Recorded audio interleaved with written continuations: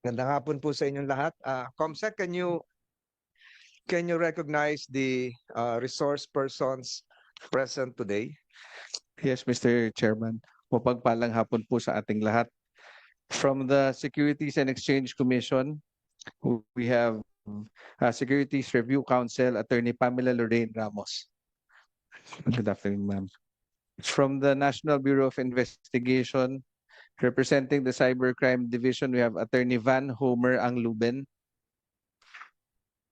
Sir, good afternoon. And from the Bureau of Immigration, we have Attorney Arnulfo D. Maminta. Good afternoon, sir. From the National Security Council, we have ADG Jonathan Malaya. From the National Intelligence Coordinating Agency, we have Deputy Director Francisco Ashley Asedillo. Sir. From the Philippine Coast Guard, we have Lieutenant Commander Mauricio Austria, Captain Ephraim Jason H. Disano,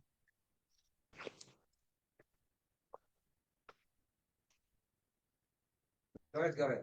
and Captain Alberto Ferre. From the Philippine Navy, they are represented by Rear Admiral Roy Vincent Trinidad. Sir. From the Philippine National Police Directorate for Intelligence, we have Brigadier General Wilson Joseph Lopez. And with him is Police Lieutenant Colonel Ivan Abesa. That is all, Mr. Chairman. Good afternoon.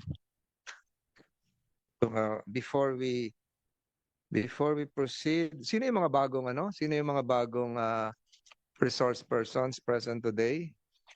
First time, can you please rise? And I have the honor to administer your oath. Please raise your right hands. Do you affirm you will testify to the truth to the best of your ability, or swear to it, so help you God? Thank you. You may be seated.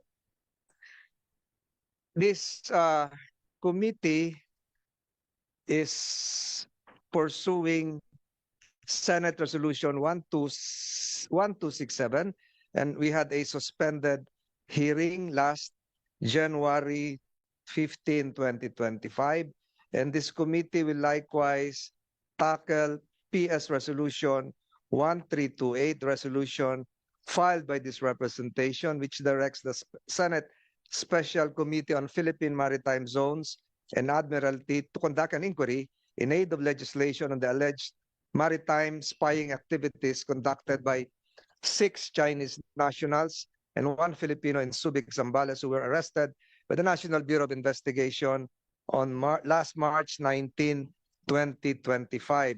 Since this is just a continuation of a hearing which was suspended, the committee can proceed even without the required number of senators in attendance, because this is just a suspended hearing, and following the existing rules, the Senate Special Committee on Maritime Zones and Admiralty is hereby called to order. The committee will now proceed with the business for the day. Nabanggit ko po kanina yung Resolution 1267. Continuing po yan, we expect a report coming from the Philippine Navy, as well as Senate Resolution 1328 na bago lang po na na-file sa committee ito. So let me have an opening statement to emphasize what will be tackled today. The issue that will be tackled by this special committee, the Special Senate Committee, is one of whose gravity and importance cannot be overstated. It is an issue that has emerged as nothing less than a crisis. All of us have watched over the last weeks and months, at meron nga ngayong Abril, often in shock and disbelief, as again and again individuals have been caught in the act of secretly collecting information about our country, caught in the act of criminal, illicit activity that bears all the hallmarks of espionage. Ang gawain ng mga taong ito ay hindi lamang pagnanakaw ng impormasyon, higit at lubos na nakakabahala na ang mga impormasyong ito ay may potensyal na ilagay ang ating bansa, ang ating mga kababayan sa napakalaking panganib at kapahamakan. Impormasyong maaring lumikha ng kaguluhan sa ating ekonomiya, impormasyon maaring magamit upang pahirapan ang ating mga kababayan, impormasyong makakasira din sa ating pamahalaan. Dahil po dito, the information that I'm referring to puts our security at risk. That reveals where our ships are located. Can you silence that phone? Where our ships are located and where they are putting out to sea.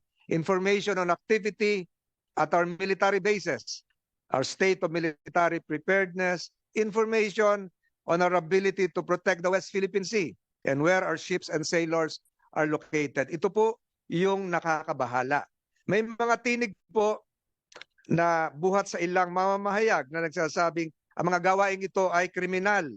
Hindi natin maisasantabi ang posibilidad na may katotohanan ang kanilang mga pahayag. Tunay na ang mga gawaing ito na pagkalap ng impormasyon na aking nailarawan kanina ay maituturing na kriminal. Pwede po natin banggitin yung Commonwealth Act 616 at ilang probisyon ng Revised Penal Code. Meron din pong panukalang batas ang inyong representasyon na nagpapatunay na kailangan natin baguhin ang mga batas ngayon. Senate Bill number 2951, which is the Counter Foreign Interference Activity or Anti-Spying Law, was filed by this representation last January 2025. Bago pa lang mangyari yung mga napabalitang nahuling mga espiya. Uulitin ko po, hindi natin maisasantabi na ang posibilidad ng mga tao sa likod ng pag-iispiyang ito ay mayroong makulipin na ang pakay ng mga individual na ito ay pagnakawan ang ating mga base militar o kaya ang ating mga barko ng Navy at ng Coast Guard na nakaposisyon sa West Philippine Sea o kaya naman ay ang mga tanggapan ng pamahalaan. Nabalitaan na natin yung napakaraming hacking incidents involving the Department of Science and Technology, involving the PhilHealth, involving DICT and other various government agencies. Nakakapagtaka po itong mga nangyayaring ito. Pero ang tanong po naman, at siguro dapat masagot natin ngayon at maliwanag sa kaban, to whom, for whom is the stolen information intended. In every case, in every single case, the same nexus of responsibility has emerged. Iisa lang po ang patutunguhan kung saan papunta ang lahat ng investigasyon. Ang lahat po ay tinuturo sa mga individual na naaresto sa People's Republic of China. These individuals are tied to China. Maliwanag po yan